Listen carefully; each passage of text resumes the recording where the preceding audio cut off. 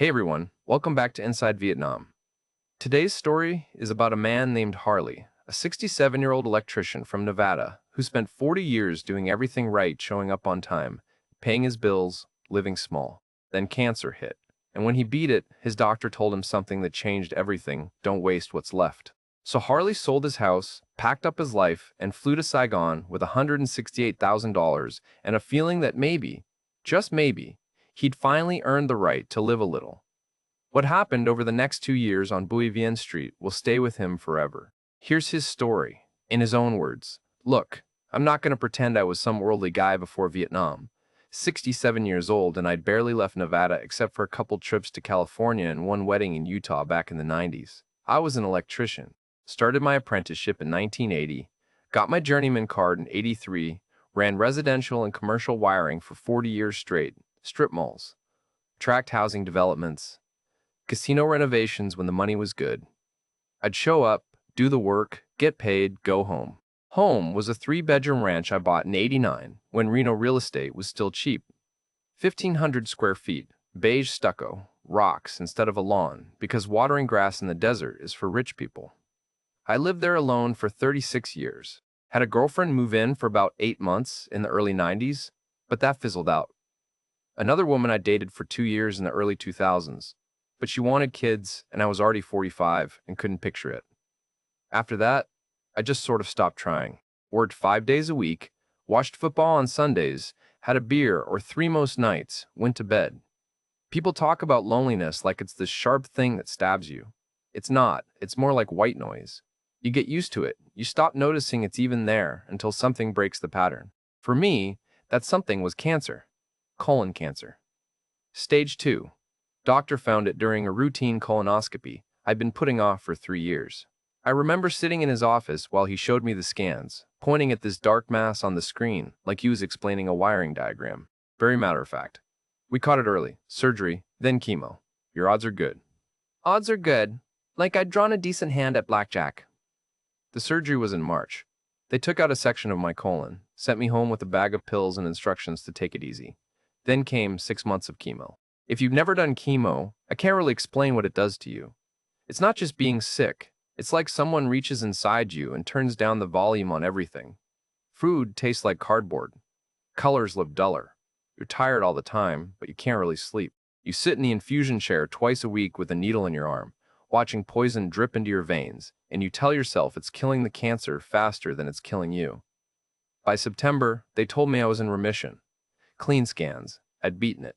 I remember my doctor, nice guy, probably 50, still had all his hair. He shook my hand and said, "You did it, Harley. You beat it. But don't waste what's left, okay? You've got years ahead of you if you're smart. Live them. Don't waste what's left." I drove home from that appointment and sat in my driveway for 20 minutes, staring at the house. Beige stucco, rocks instead of grass. Empty rooms I'd been walking through for 36 years. I'd just spent 6 months thinking I might die, and now I was supposed to go back to what? Wiring outlet boxes in new construction? Watching games alone? Microwaving dinners and falling asleep on the couch? I was 66 years old. No wife, no kids. A few buddies from work. I'd have a beer with maybe once a month, but nobody close. My parents were dead. My brother lived in Oregon, and we talked maybe twice a year. I'd survived cancer, and the thing that hit me hardest wasn't relief. It was this creeping feeling that I'd spent my whole life being responsible and had nothing to show for it, but an empty house and a clean bill of health I didn't know what to do with. That night, I got on my laptop and Googled cheap places to retire Asia. I don't even know why Asia. Maybe because it felt far enough away from Nevada that nobody would know me. Maybe because it was warm and I was tired of cold desert nights. Vietnam kept coming up. Low cost of living. Warm year-round. Expat forums full of guys saying the beer was cheap, the food was good, the people were friendly. One guy wrote, "Saigon's got energy. If you're tired of feeling dead, this place will wake you up." I'd never thought about Vietnam before, didn't know anything about it except what you see in old war movies. But I kept reading, kept clicking through blog posts and YouTube videos of Western guys riding motorbikes through crowded streets, sitting in cafes with iced coffee, smiling like they'd figured something out. I thought, why not? I listed the house in November. Sold it in January for $168,000. Not much by California standards, but in Reno in 2023, it was fair. I packed 2 duffel bags, sold or donated the rest. My buddy Rick from work took me out for a beer the week before I left. He looked at me like I'd lost my mind. Vietnam? He said. Jesus, Harley, why not just Hawaii? At least you speak the language. Because I've done safe my whole life, I told him. He laughed, but I wasn't joking. I'd spent 40 years doing the safe thing, the responsible thing, the predictable thing. And where'd it get me? 66, alone, sitting in a sterile doctor's office, being told not to waste what's left. I booked a one-way ticket to Ho Chi Minh City. No plan, no return date. Just a desperate need to feel something other than the hollow fear that I'd survived. Cancer, only to realize I'd never really lived at all. I landed at Tan Son That airport on a Tuesday afternoon in February. The heat hit me the second I walked out of the terminal, thick, wet heat that made Reno summers feel like air conditioning. It was maybe 90 degrees, but the humidity made it feel like I was breathing through a wet towel. Within 5 minutes, my shirt was stuck to my back. The airport chaos was something else. Thousands of people everywhere, moving in every direction at once. Motorbikes lined up outside by the hundreds. Taxi drivers shouting prices in broken English. The smell of exhaust and incense, and something frying that I couldn't identify. I stood there with my 2 duffel bags, 66 years old, thinking, what the hell did I just do? I'd booked a service department online from Reno District 3, $450 a month. Furnished, utilities included. The Grab driver who picked me up didn't speak much English, but he got me there. 45-minute ride through absolute insanity. Motorbikes weaving between cars, families of 4 on a single scooter, women in conical hats selling fruit from baskets on the sidewalk, honking, constant honking. Nobody following any rules I could recognize, but somehow nothing crashed. It was like watching electricity flow through a circuit with no insulation. Shouldn't work, but it does. The apartment was basic. Studio, maybe 300 square feet. Bed, small table, hot plate, bathroom the size of a closet. But it had air conditioning, and it was clean. I dropped my bags and sat on the bed. Through the window, I could see a narrow alley where a woman was grilling something on a charcoal brazier, and 2 kids were playing with a plastic ball. The sounds were different than Reno. No cars rumbling past. Just motorbikes buzzing, people talking in Vietnamese, the sizzle of food cooking, someone's TV playing what sounded like a game show. I didn't know what to do with myself. The first week, I just wandered. Got up around 8, walked until I was tired, came back, took a nap in the air conditioning, went out again in the evening.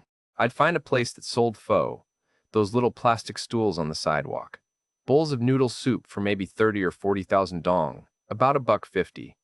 And I'd sit there trying to figure out how to eat it without making a mess. The locals would smile at me, not in a mean way. Just amused, I think, watching this old white guy trying to navigate chopsticks and a soup spoon at the same time. I discovered District 1 pretty quick. That's the main tourist area. Backpackers everywhere.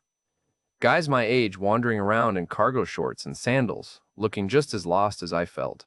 I'd walk past the big hotels, the shopping streets, the Ben Than market where vendors would shout, you buy, every time I slowed down. And then there was Bui Vien Street. If you've never been, it's hard to explain. It's maybe 3 blocks long, close to traffic at night, lined with bars and hostels and massage places, and girls on motorbikes cruising past real slow. Neon everywhere. Music pouring out of every doorway, techno, rock, Vietnamese pop, all mixing together into this wall of noise. Backpackers stumbling drunk between venues. Street vendors selling barbecue and corn, and these big towers of beer. It smelled like grilled meat and cigarette smoke and motorbike exhaust, and something sweet I couldn't place. It was the opposite of everything I'd known in Reno.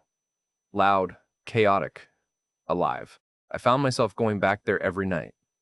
Started hitting the expat forums during the day, reading while I sat in coffee shops drinking café soie de Vietnamese iced coffee. Sweet as hell, but pretty good once you got used to it. The forums were full of guys warning each other about scams. Bar girls who'd sweet-talk you, get you to buy drinks all night, then disappear. Girls who date you for a few weeks, then need money for a sick grandmother, a broken motorbike, a brother's debt. The word professional girlfriend kept coming up. Guys sharing stories about losing $5 grand, $10 grand, 20. The advice was always the same. Keep your guard up, Don't fall for the sob stories. Remember, they're working. I read all of it. Thought to myself, well, I'm not that stupid. I can spot a hustle. 40 years running electrical, you learn when someone's trying to play you. But I kept going to Bui Vien anyway. Settled into a routine pretty quick. There was this corner bar open to the street.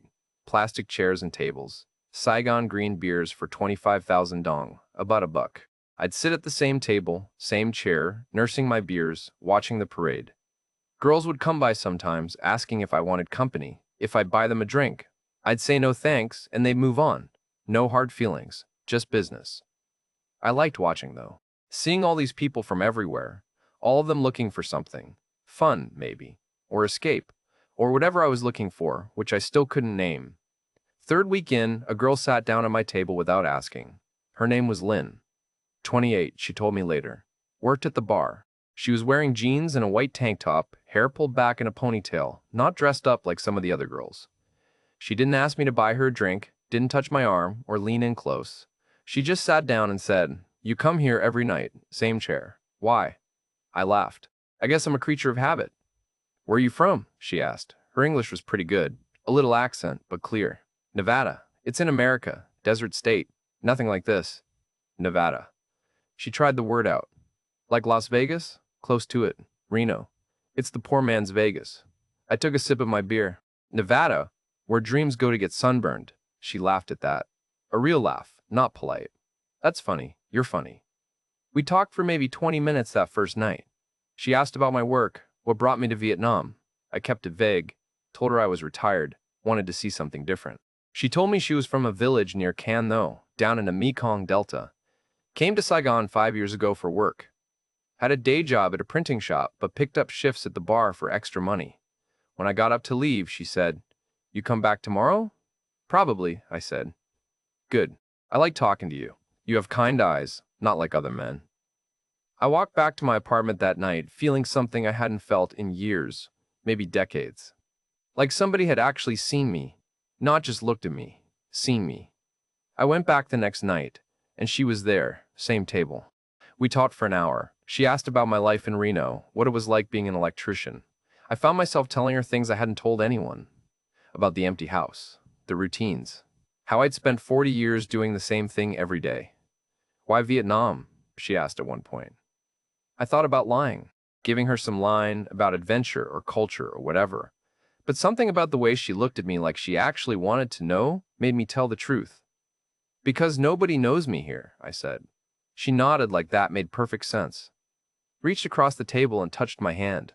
Not flirty, just gentle. "Human. I understand," she said.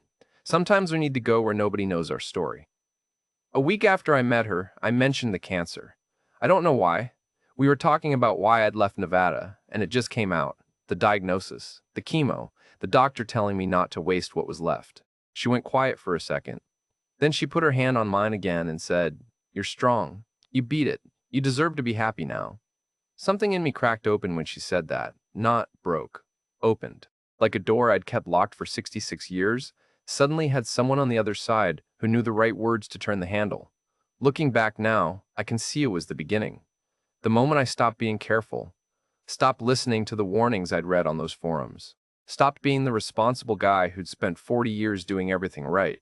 But right then, sitting on Bui Vien Street with a 28-year-old bar girl holding my hand and telling me I deserved to be happy, I didn't think about any of that. I just thought, maybe I finally found what I came here for.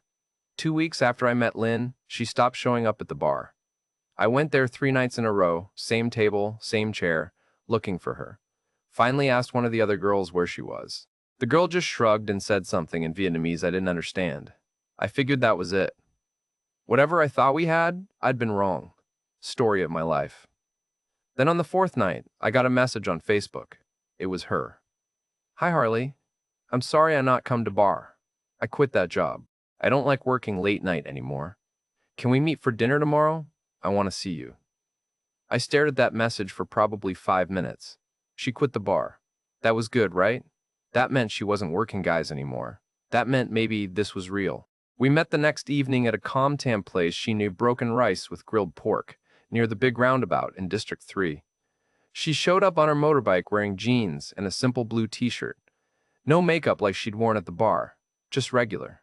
She looked younger somehow, more real. I get job at printing shop, she told me while we ate. Near District 7. Better job, normal hours.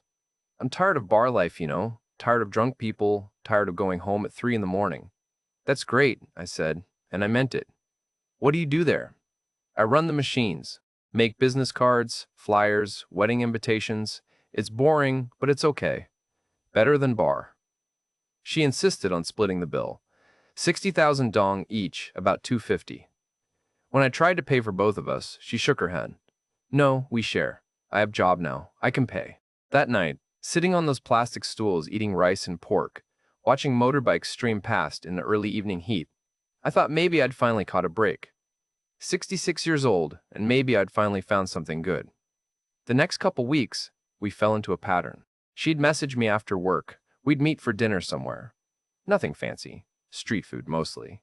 Banh mi stands, noodle shops, those little places where you sit on kid-sized plastic furniture, and the old ladies cook everything on portable burners right there on the sidewalk. She'd tell me about her day at the printing shop, the difficult customers, her boss who was always stressed, the ancient machines that kept breaking down.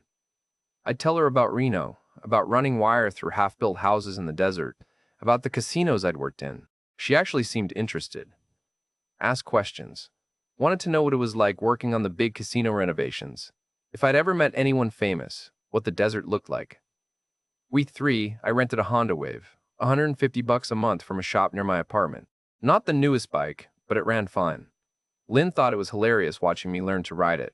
Jerky stops, too much throttle, nearly dumping it twice in the first hour. But I got the hang of it. Spent 40 years working with my hands. A motorcycle's not that different from any other machine once you understand how it works. We started riding around together. She'd sit on the back, arms around my waist, directing me through the chaos. Turn here, go straight, watch out for that bus. We went to the Jade Emperor Pagoda one afternoon. Incense smoke so thick you could barely see, old women praying, the smell of sandalwood and something sweet I couldn't identify. We went to Ben Thon Market, where she haggled with vendors in Vietnamese, and I just stood there watching her work, impressed. We rode out to a temple in Binh Thon district, sat drinking Kapa Suada at a little shop nearby, watching monks in orange robes walk past.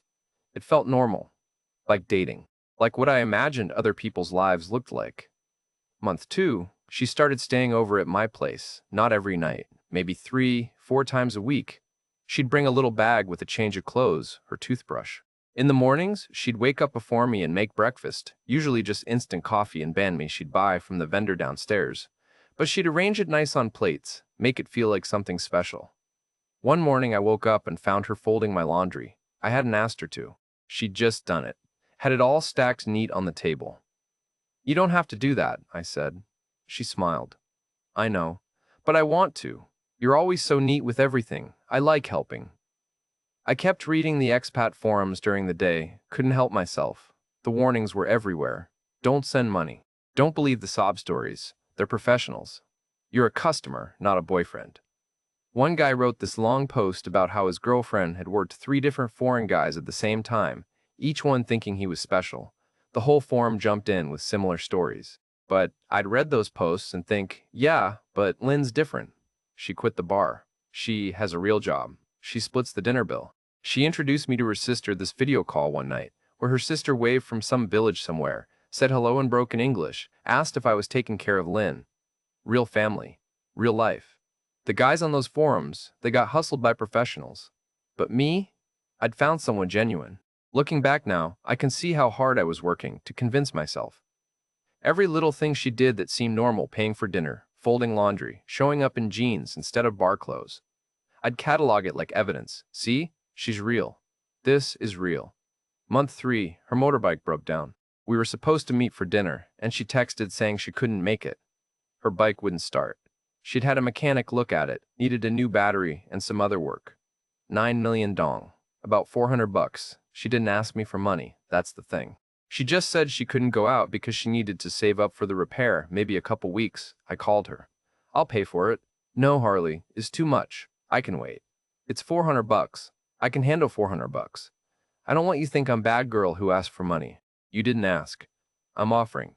What's $400 when I've got $168,000 in the bank? Let me help, please. She was quiet for a second. Then, "You sure?" "I'm sure." "Okay, thank you. I pay you back, I promise. Don't worry about it." I sent her the money that night. Viet Cong bank transfer, 9 million dong out of my account. Felt good, honestly. Felt like I was doing something useful. Like I mattered. 2 weeks later, her mother got sick. Lynn called me crying. Her mom was in the hospital upcountry near Can though. Something with her stomach. The family couldn't afford the treatment. 20 million dong, about $800. "I don't know what to do," she said, her voice breaking. "My family has no money. My father already borrowed from everyone. I'm so scared, Harley." I didn't even hesitate. "I'll send it. Give me the account information." "No, I can't ask you. You're not asking. I'm telling you. Your mom needs help. We help her." "Harley," she was full on crying now. "I never ask men for money. Never. But you're different. You're good, man. I don't know how to thank you." "You don't need to thank me. Just take care of your mom." I sent the money that afternoon. 20 million dong. Another 800 bucks.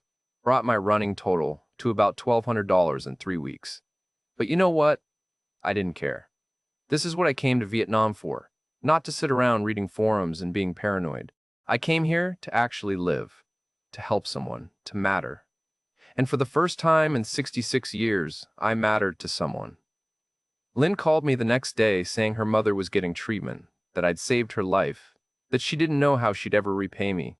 I told her the same thing I told myself. We're family now. That's what families do. They help each other. The forum said, don't send money. But those guys were cynical. They'd been burned and now they saw scams everywhere. Me? I'd found the real thing. At least that's what I told myself. Month 4. Lynn lost her job at the printing shop. She called me one afternoon, upset. The owner's daughter had graduated college and needed a position. Family comes first in Vietnam, she explained. They gave Lynn 2 weeks severance and that was it. 7 million dong. About 300 bucks. What are you gonna do? I asked. I don't know. Look for a new job.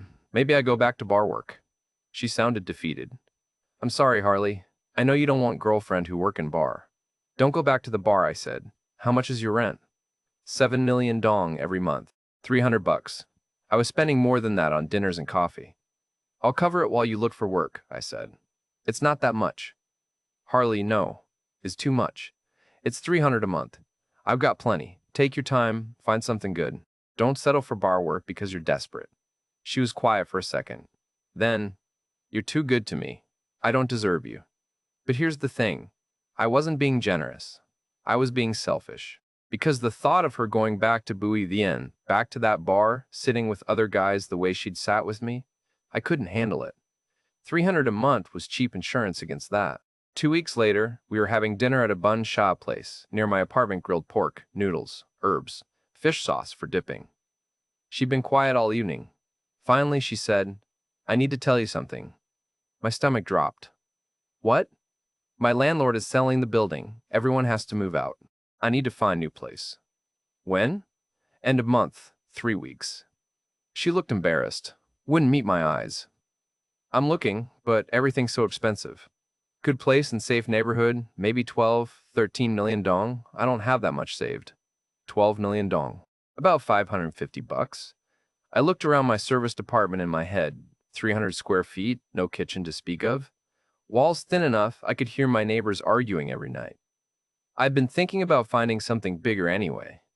Move in with me, I said. She looked up. What? Move in with me. Or we find a better place together. Something bigger, nicer, split it. Harley, I can't pay half. I don't have job. So I'll pay until you find work. What's the difference between paying your rent there and our rent somewhere else? She reached across the table, took my hand. You're sure?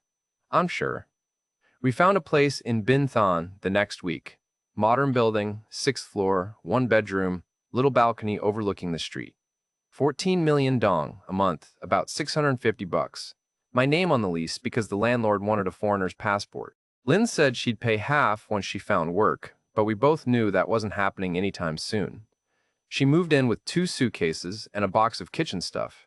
Spent the first weekend decorating new curtains, plants for the balcony, little Buddha statue for good luck. She'd go to the market and come back with fresh flowers, put them in a jar on the table, made the place feel like a home in a way my apartment in Reno never had. I was spending about $2,500 a month now, maybe more. Rent, food for both of us, her phone bill, entertainment, coffee, dinners out, plus the occasional family emergency back in her village. Somebody's roof leaked, her cousin needed medicine, her father's motorbike needed repairs. Never huge amounts. 5 million dong here, 3 million there. 50, 60 bucks at a time. I didn't mind. This is what I came to Vietnam for, right? To actually live, to build something, to matter. Month 5, her brother called. We were sitting on the balcony drinking iced coffee when her phone rang. She answered, talked fast in Vietnamese for a few minutes, then went pale, hung up. What's wrong? My brother, he has problem. Her voice was shaky. He drive taxi in Can though. He borrow money to buy the car, but business is slow. Now he can't pay back the loan. The man who loaned him money say if he don't pay by next week, he take the taxi. Then my brother has nothing, no job, no way to make money. How much does he owe? 70 million dong. I did the math, $3,000. That was real money. Can I talk to him? I asked. She called him back, switched to video. Guy in his mid-30s, sitting in what looked like a small room somewhere. Ceiling fans spinning overhead, he spoke broken English, but enough to explain the situation. He'd bought the taxi 2 years ago, been paying it off slowly. Then his wife had gotten sick, medical bills piled up, he'd fallen behind on payments. The guy he'd borrowed from wasn't official, no bank, just some local businessman, and he was getting impatient. I work hard, the brother said. I'm a good person, just bad luck, you know. If I lose taxi, I lose everything. After we hung up, Lynn looked at me with tears in her eyes. I don't know what to do. My family has no money. Everyone already borrowed too much. I sat there doing the math in my head. I'd spent $1,200 already on her motorbike and her mother's hospital bills. $3,000 was a lot more. But what was I supposed to do? Let her brother lose his livelihood? Watch Lynn's family fall apart because I wouldn't help? I'll send it, I said. Harley, no. It's too much. It's fine, I've got it. I can't ask you. You're not asking. I'm offering. We're together, right? Your family's my family now, she cried. Actually cried. Put her head on my shoulder and told me she didn't know how she'd ever repay me. I sent the money the next day. 70 million dong, 3,000 American dollars. Viet Cong Bank transferred directly to her brother's account. That put me at about $4,500 total. Still less than 3% of what I had in the bank. Month 6, things escalated. Lynn's father called one evening. She talked to him for maybe 20 minutes, then came out to the balcony where I was sitting. My family want to expand the cafe, she said. I didn't know they had a cafe. Small one. In the village. Just coffee and banh mi, very simple. My father run it, but building is old, not many customers. They want to make it bigger, nicer. Add more tables, fix the roof, buy new equipment. Then they can make real money, you know, real business. How much would that cost? They think maybe 120 million dong. But they ask family to invest. Everyone put in money together. Then everyone share the profit, like partnership. 120 million dong, about $5,000. I should have said no. Should have thought about it for more than 5 minutes. Should have asked for a business plan, for photos, for proof this cafe even existed. But I didn't. Because here's what I told myself. This wasn't just throwing money at problems anymore. This was an investment, a real stake in something. Proof that Lynn and I were building a future together, not just dating. Her family would see I was serious, that I was committed, that I wasn't just some foreign guy passing through. Would I be a partner? I asked. Of course. My father say you own 20%, good profit share. 20% of a village cafe. I worked in construction long enough to know those numbers probably didn't pencil out, but I wanted it to be real. I wanted this to be the thing that proved the forums wrong, that proved I'd found something genuine. Okay, I said. I'll invest. She hugged me. You're sure? Is a lot of money. I'm sure. But I want to see the business plan. Photos of the place, the whole thing. Of course. Of course. I asked my father to send everything. The next day, she showed me photos on her phone. Small building with a corrugated metal roof, plastic chairs out front, Vietnamese writing on a faded sign. Could have been anywhere. Could have been anyone's cafe. A week later, she showed me a video call with her father, and what she said was the architect. Two guys in their 50s, smiling and nodding, holding up what looked like blueprints. They didn't speak English. Lynn translated. They thanked me, said I was helping the whole family, said I'd be welcome any time. I wired the money. 120 million dong, 5,000 American dollars. That brought my running total to about $45,000 in 6 months. 75 million dong a month on average. 3.5 grand. I was a quarter of the way through my life savings, and I was telling myself it was fine. Because this wasn't losing money. This was investing in a future.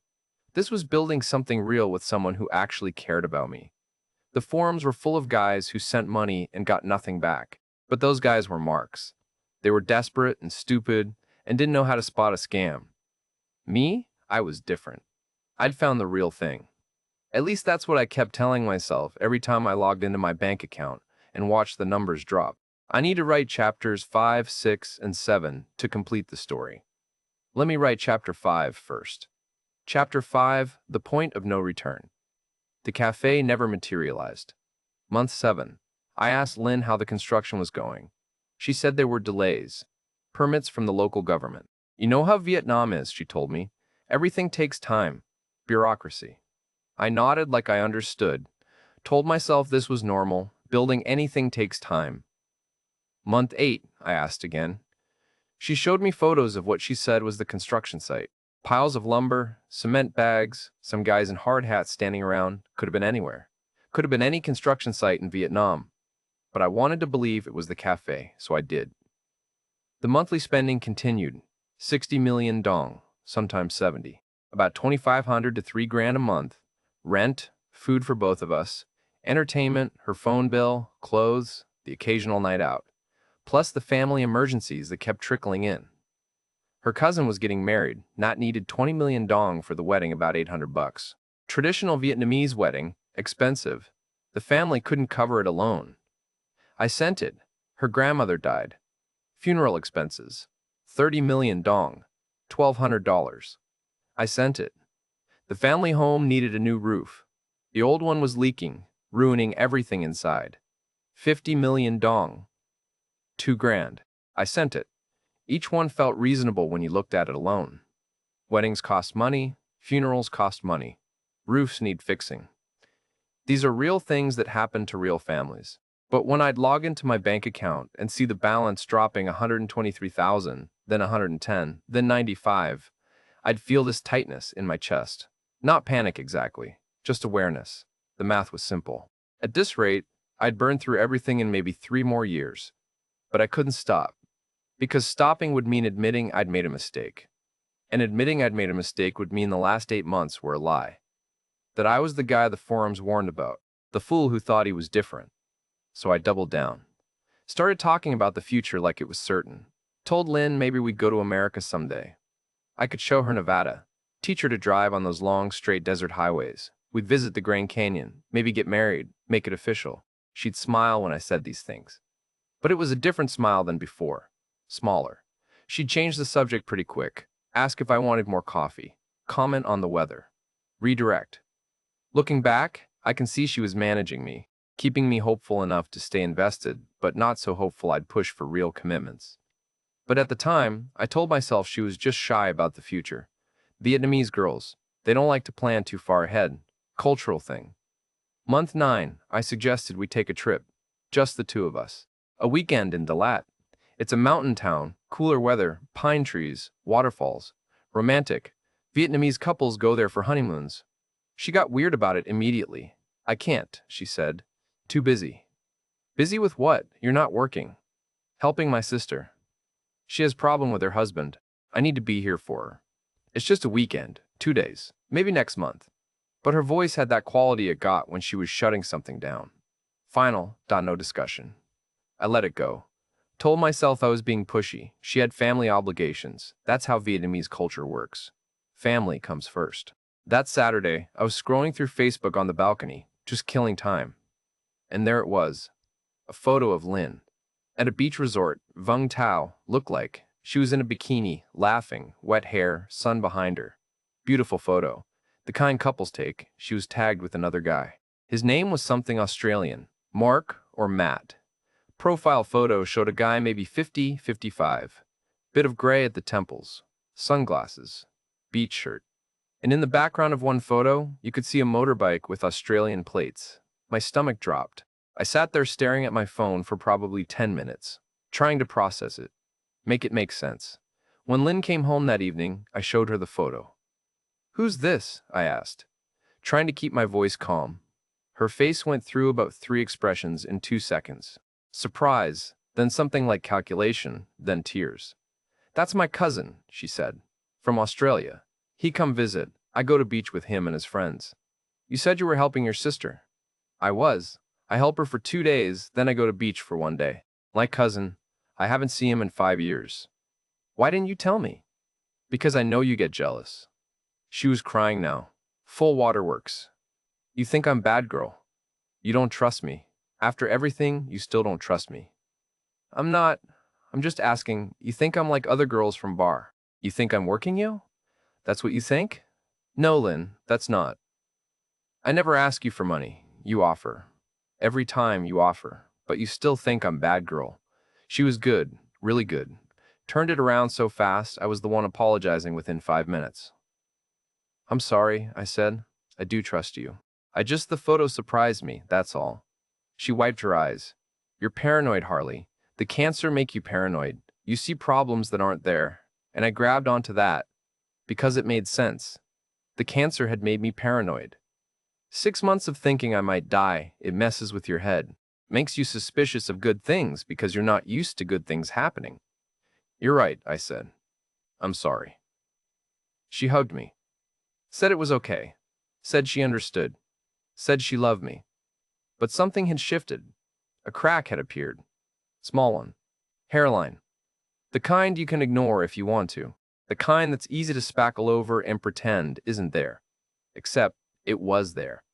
And deep down, past all the rationalizations and explanations and her tears and my apologies, I knew it was there. I just couldn't afford to admit it, because admitting it would mean looking at the last 9 months honestly, and I couldn't handle what I'd see. So I chose delusion. Chose to believe her. Chose to keep sending money and building a future that I was starting to suspect didn't exist. By month 10, I'd sent $87,000 total, just over half of everything I had. And I was telling myself it was fine. This was what partnerships looked like. This was what building a life with someone meant. You invest, you trust, you commit. The alternative that I'd spent 9 months and 87 grand on an elaborate con run by a professional who'd never quit the bar, who'd played me perfectly from the first conversation, was too painful to consider. So I didn't consider it. I just kept writing the checks and hoping I was wrong about that crack I could feel spreading through everything we'd built. The cafe never materialized. Month 7, I asked Lynn how the construction was going. She said there were delays, permits from the local government. "You know how Vietnam is," she told me. "Everything takes time, bureaucracy." I nodded like I understood, told myself this was normal. Building anything takes time. Month 8, I asked again. She showed me photos of what she said was the construction site. Piles of lumber, cement bags, some guys in hard hats standing around. Could have been anywhere. Could have been any construction site in Vietnam. But I wanted to believe it was the cafe, so I did. The monthly spending continued. 60 million dong, sometimes 70. About 2,500 to 3 grand a month. Rent, food for both of us, entertainment, her phone bill, clothes, the occasional night out. Plus the family emergencies that kept trickling in. Her cousin was getting married, needed 20 million dong for the wedding, about 800 bucks. Traditional Vietnamese wedding, expensive. The family couldn't cover it alone. I sent it. Her grandmother died. Funeral expenses. 30 million dong, $1,200. I sent it. The family home needed a new roof. The old one was leaking, ruining everything inside. 50 million dong, 2 grand. I sent it. Each one felt reasonable when you looked at it alone. Weddings cost money. Funerals cost money. Roofs need fixing. These are real things that happen to real families. But when I'd log into my bank account and see the balance dropping, 123,000, then 110, then 95, I'd feel this tightness in my chest. Not panic exactly, just awareness. The math was simple. At this rate, I'd burn through everything in maybe 3 more years. But I couldn't stop.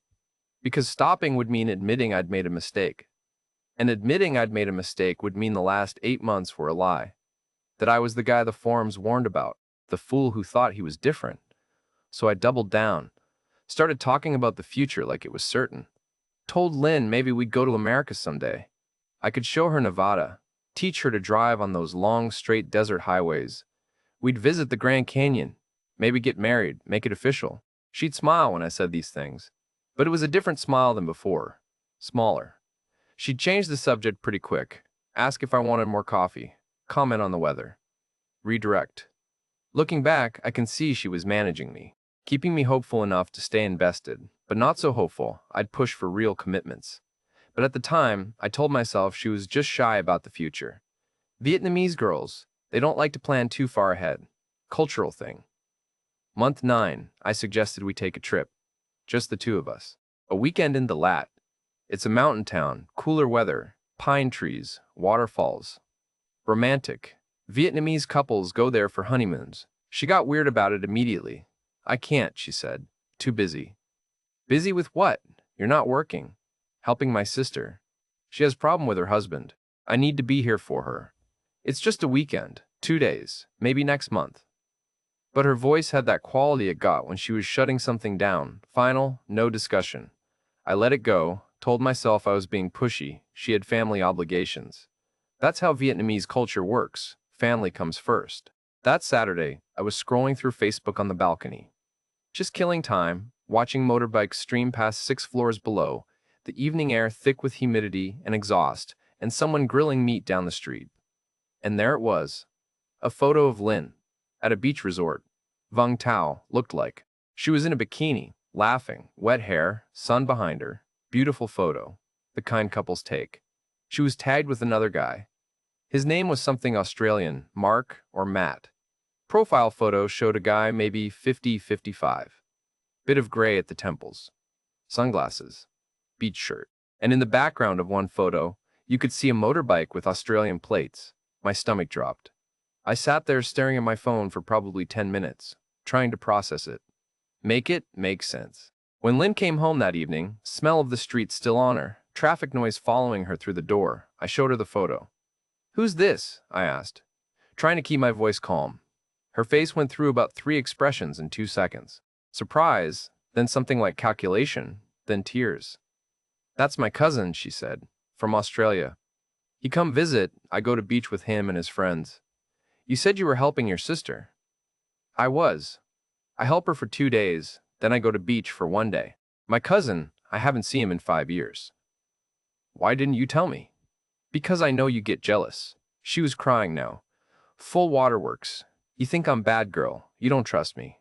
After everything, you still don't trust me." I'm not. I'm just asking. You think I'm like other girls from bar. You think I'm working you? That's what you think?" "No, Lynn, that's not. I never ask you for money, you offer. Every time, you offer. But you still think I'm bad girl." She was good. Really good. Turned it around so fast I was the one apologizing within 5 minutes. "I'm sorry," I said. "I do trust you. The photo surprised me, that's all." She wiped her eyes. "You paranoid, Harley. The cancer make you paranoid. You see problems that aren't there." And I grabbed onto that.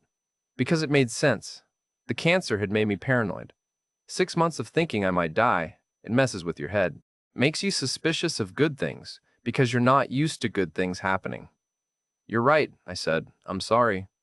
She hugged me, said it was okay, said she understood, said she loved me. But something had shifted, a crack had appeared. Small one. Hairline, the kind you can ignore if you want to. The kind that's easy to spackle over and pretend isn't there. Except, it was there. And deep down, past all the rationalizations and explanations and her tears and my apologies, I knew it was there. I just couldn't afford to admit it, because admitting it would mean looking at the last 9 months honestly, and I couldn't handle what I'd see. So I chose delusion. Chose to believe her. Chose to keep sending money and building a future that I was starting to suspect didn't exist. By month 10, I'd sent $87,000 total. 2 billion, 45 million dong. Just over half of everything I had. And I was telling myself it was fine. This was what partnerships looked like. This was what building a life with someone meant. You invest, you trust, you commit. The alternative that I'd spent 10 months and 87 grand on an elaborate con run by a professional who'd never quit the bar, who'd played me perfectly from the first conversation, was too painful to consider. So I didn't consider it. I just kept the account open and the money flowing and hoped I was wrong about that crack I could feel spreading through everything we built. I couldn't shake those beach photos. I'd apologized, she'd accepted, we'd moved on. But something in my gut wouldn't let it go. Started noticing things I'd been too blind to see before. The way her phone was always face down now. How she'd angle away from me when she texted. The late nights, helping her sister that stretched past midnight. More family visits, more errands, more reasons she needed to be somewhere else. Month 11, she told me she had to go up country for a few days. Her aunt was sick, needed help around the house. I said okay, kissed her goodbye, watched her pack a small bag. Saturday morning, I was drinking coffee on the balcony. Opened my phone, checked Google Maps. We'd shared locations months ago. One of those relationship things couples do. Trust. Transparency. All that. Her location showed District 1, not upcountry. Not can, though. District 1, Saigon. I stared at that little blue dot for maybe 10 minutes. Tried to make it make sense. Maybe she'd stopped in the city on the way. Maybe she'd forgotten to tell me her plans changed. Maybe the GPS was wrong. But I knew. Deep down, past all the rationalizations I'd been making for 11 months, I knew. That evening, I took a grab to District 1, walked toward Bui Vien Street, the place where this all started. I hadn't been back in almost a year. Told myself I didn't need to anymore because I had Lynn. Because I'd found the real thing. The street looked exactly the same. Neon signs, music pouring out of every doorway, smell of grilled meat and beer and exhaust, backpackers stumbling drunk, girls on motorbikes cruising slow. That whole circus I'd watched from the outside for a month before Lynn sat down at my table. I walked the strip, past the hostels, past the massage places, past the vendors selling barbecue skewers and Be Ahoy towers. And then I saw her. Same corner bar where we'd met. Same table. Same plastic chair. She was wearing a tight dress I'd never seen before. Hair done up, makeup. Looking exactly like she had that first night a year ago. She was sitting close to a guy, 50, maybe. German, from the sound of his accent. Gray hair. Polo shirt. He was leaning in, talking, and she was laughing at something he said. Touching his arm. That same gentle touch she'd used on me. The one that made you feel like you were different. Special. I stood across the street in the crowd, just another Western face in a sea of Western faces. Invisible. I watched her work. The way she tilted her head when he talked, the way she leaned in close when he got quiet, the little touches on his hand, his shoulder, the smile that said, "You're the first person who's ever really understood me." Every gesture, every movement, every word. It was all identical to what she'd done with me, beat for beat, line for line. She'd never stopped working the bar. She'd just gotten better at hiding it. I don't know how long I stood there. 10 minutes maybe. Could have been longer. Finally, I turned around and walked back through the chaos of Bui Vien, through the tourists and the touts and the girls calling out to passing men, and I caught a grab back to Bin Tan. Back at the apartment, I sat at the kitchen table. The place she'd decorated, the plants she'd bought, the little Buddha statue on the shelf. And I went through everything with the cold precision of an electrician troubleshooting a faulty circuit, looking for where the connection failed, where the power dropped, where the short was hiding. I pulled up the hospital receipts she'd sent for her mother, looked at them close for the first time. The letterhead was wrong. Font didn't match. Logo was off. I Googled the hospital name, different address, different contact information. I found the bank transfer for her brother's taxi debt. Pulled up the account name. Wasn't her brother's name. Wasn't even a man's name. Just some random account in Saigon. I Googled the address of the family cafe. The one I'd invested 5 grand in. 120 million dong. The address didn't exist. Pulled it up on Google Maps. Empty lot, no building, no cafe, no expansion, no partnership. I sat there looking at all of it spread out on my laptop screen. A year of my life. $87,000. All of it based on lies so obvious I should have caught them in week 1. But I hadn't wanted to catch them. That was the truth of it. I'd wanted to believe so badly that I'd ignored every red flag, every inconsistency, Every warning sign that screamed, "This is a con, and you're the mark." I heard the key in the door around 2 in the morning. She walked in, stopped when she saw me sitting at the table. Saw her suitcase by the door, her things packed in boxes. "Harley? I saw you tonight," I said, "at the bar. With that German guy." She didn't cry this time, didn't try to explain, just stood there looking tired. "How many?" I asked. "How many guys are you working right now?" She was quiet for a long time. Then she said, "You knew what this was." Those 5 words. That's what I'll never forget. Not angry, not defensive, just matter of fact. Like she was stating something obvious that we both understood from the beginning. "I didn't." "Yes, you did, from the first night. You saw me at the bar. You knew where I work. You knew what I do. You just didn't want to know." I wanted to argue. Wanted to say she'd lied, she'd manipulated, she'd played me. But some part of me, the part 500 been ignoring for 11 months, knew she was right. I'd chosen not to see.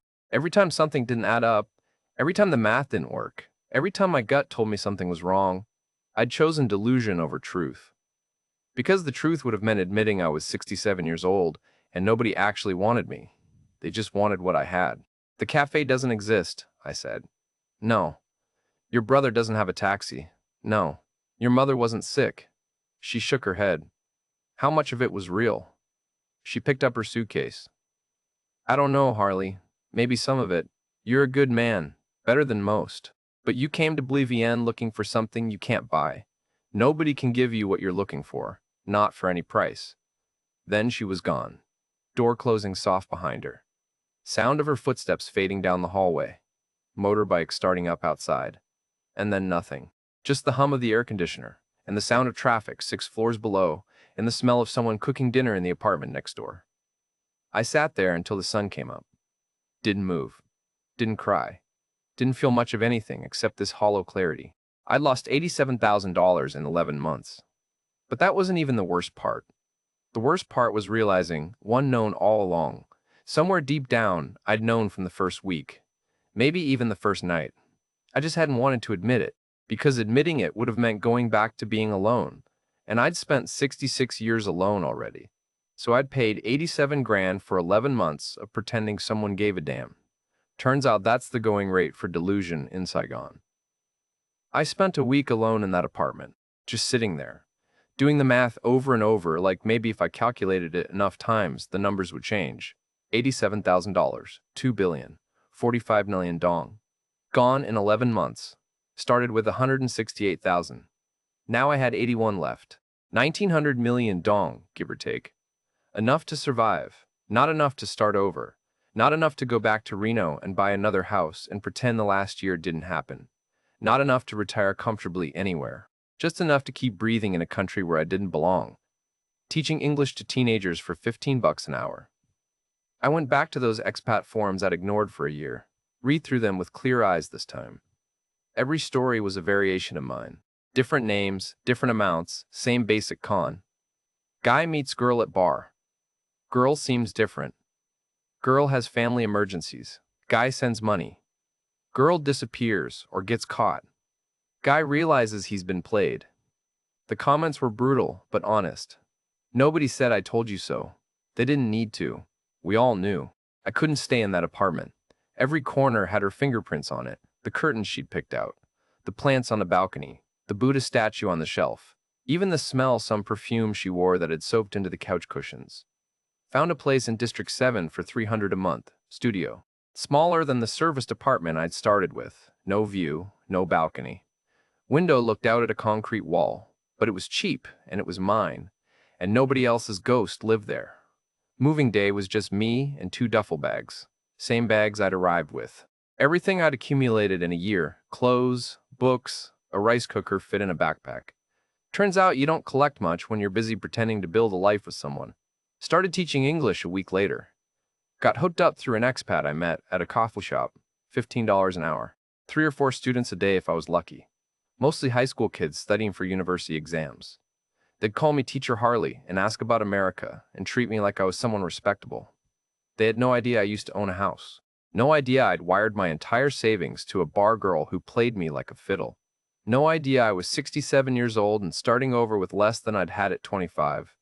The money hurts. I'm not gonna lie about that. 87 grand is real money. That's 4 years of living small in Vietnam.